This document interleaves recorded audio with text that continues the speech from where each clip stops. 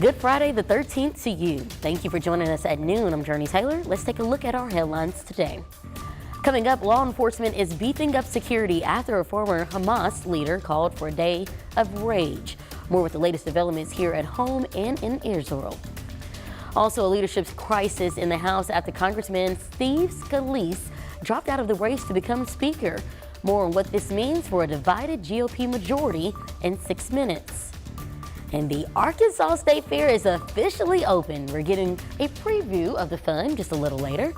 But first, the first day of fair looking a little cloudy. Meteorologist Scott Covert is here with what we can expect on this weekend. Hey, this weekend's going to feel fantastic outside. Jurnee, I think every year when the State Fair starts, we see this big cold front come through, and right on track this year, we've got a front moving through. Now, live radar doesn't show much in the way of rain, but if we take a closer look, and we really got to take a close look, we can find a few very spotty showers out there here this afternoon. This is all pretty light in nature. I stepped out outside in the weather garden a few moments ago, had a couple of sprinkles, not even enough to settle the dust, maybe a few sprinkles moving the south side of Conway towards Mayflower, Lake Conway. Going to see a little bit of that rain here this afternoon. It's not going to amount to anything at all. 71 currently in Little Rock, 69 our temperature in Stuttgart, 66 in Clinton. As for the rest of today, it's going to be a mild afternoon. We're probably going to top out right around 77 degrees, expecting mostly cloudy skies, that 1 or 2 isolated showers, but the chance though is pretty low. Most of us are going to be dry.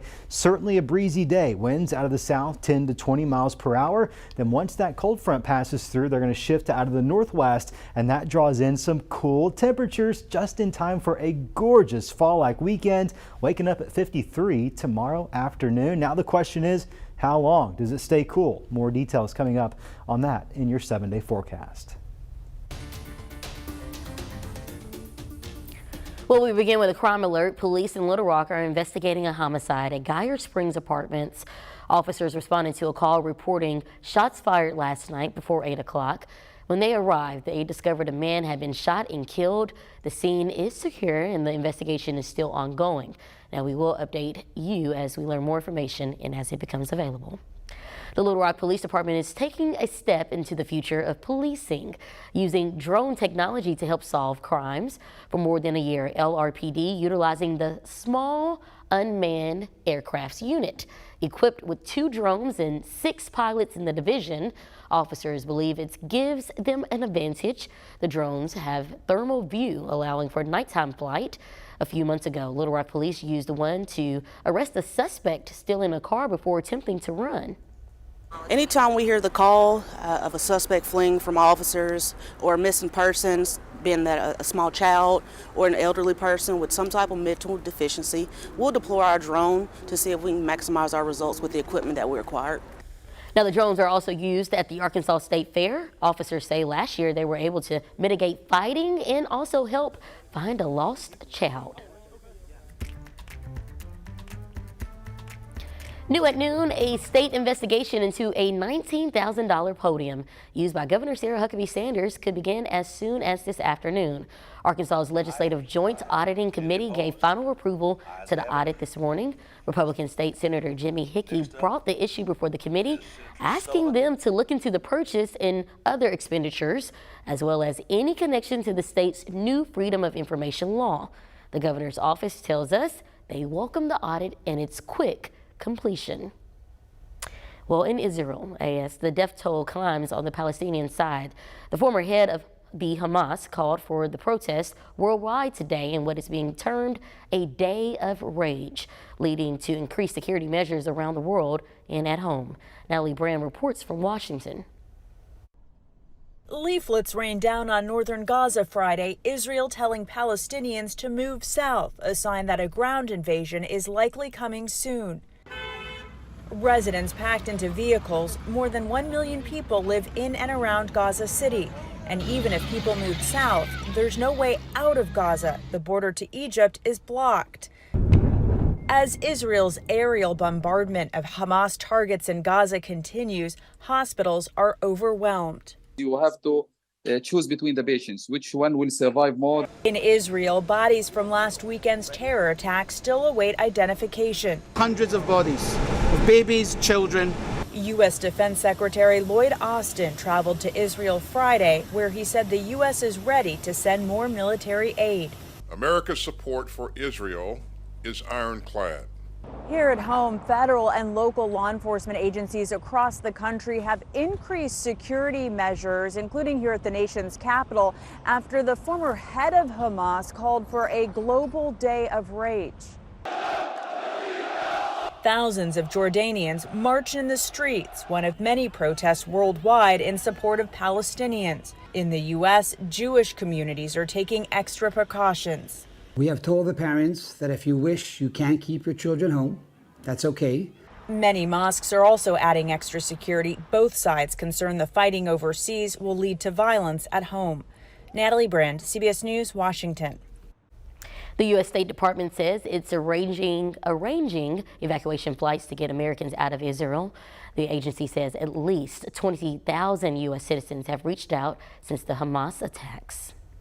Well, in an update from the U.S. Capitol, House Majority Leader Steve Scalise dropped out of the run as the next Speaker of the House. The decision leaves House Republicans in limbo. Scott McFarland reports. There's a mix of anger, frustration, and exhaustion here at the U.S. Capitol as this Speaker race drags on. Last night, House Majority Leader Steve Scalise, sensing it was slipping away from him, there were too many defections inside his own party, quit his run, his pursuit of being the next Speaker. And there's so much animosity and division among House Republicans after last week's historic ousting of then Speaker Kevin McCarthy that it's unclear who can get 217 votes and be the next Speaker. Are you running for Speaker? The man Scalise defeated earlier this week to win the nomination, Ohio's Jim Jordan, who was endorsed by former President Trump, said out of respect for Scalise, he wouldn't announce his intentions Thursday night, but was moving clearly in the direction of a run. In the meantime, the clock is ticking, roughly a month till the next deadline for a government shutdown, and members of Congress have acknowledged quite clearly they may soon have to approve aid for Israel. House Republicans meeting behind closed doors today, but one of them told me it's quite clear there's no clear ending in sight. Scott McFarland, CBS News, the Capitol. Well, lack of rain has the Mississippi River falling to record low water levels for the second year in a row. According to experts, the river will be between -10 and 11 feet for the few next weeks if we don't get any rain. Low water levels make it difficult for barges to ship products, posing a threat for the Arkansas agriculture business.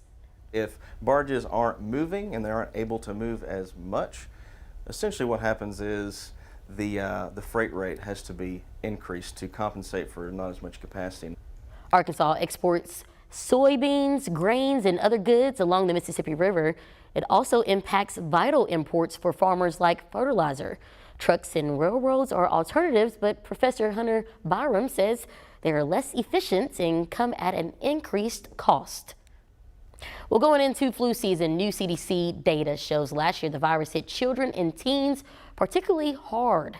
Hospitalizations for kids were high from October 2022 to February this year.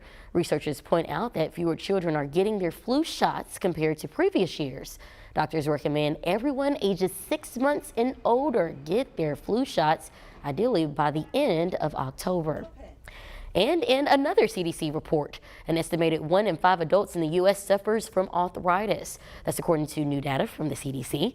It shows 53 million Americans have arthritis, with 88% of them 45 and older. The CDC recommends all adults maintain a healthy weight and exercise regularly to limit their risk. The latest government data shows inflation cooled slightly last month. Consumer prices rose 0.4% from August to September, slowing from the previous month. Annual consumer inflation also remained unchanged from a 3.7% increase in August. Price hikes at the grocery store are getting closer to historically normal levels, up just 2.4% last month, but rent prices remain a problem, with rates rising more than 7%.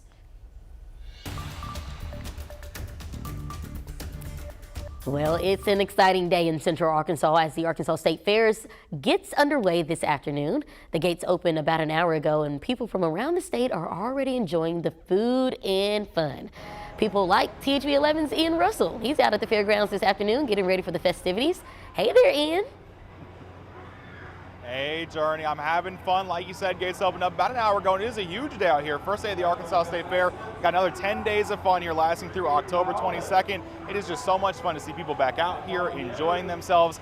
Gates opened about an hour ago. We've seen hundreds, if not at least a couple thousand people already heading this way. Had a chance to catch up with some officials earlier this morning. They told me they're expecting nearly 500,000 people. So definitely a huge event out here at the Arkansas State Fair. And I'll be honest with you, it's kind of hard not just to look around and enjoy everything. We got rides over my shoulders this way, rides that be honest with you, I'm not going to ride over here. It kind of scared me a little. Kind of a big drop over there. Smell of corn dogs, smell of funnel cakes, all sorts of fun stuff, right? So definitely a big, exciting time out here. Now, they've got a lot of new things to enjoy this year as well. Some of the things we talked about were some new foods, some new rides. They got some new stages for some concert series. So definitely a couple big things out here and a couple concerts I will admit I will be stopping by to see. Some big names that I want to check out. And speaking of new things, there is some things to keep people safe as well. There's a new curfew as well. We talked about that a few weeks ago. Now you're kind of going to see the first of it this afternoon and into this evening. It comes with some issues that officials tell me they saw with kind of some rowdy kids, just kind of making some issues, kind of wanted to put this in place. So after 6 p.m. now,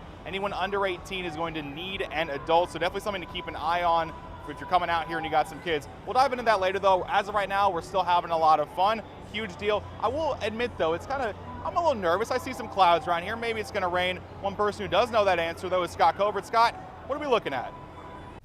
You know, maybe just a couple of raindrops out there. It's not going to amount to much. Overall, pretty decent weather for the State Fair kickoff. We're going to be in those 70s today. Even better fall weather to enjoy out at the State Fair coming up this weekend. It's all part of a cold front that's moving through right now. We'll track it together coming up when we return.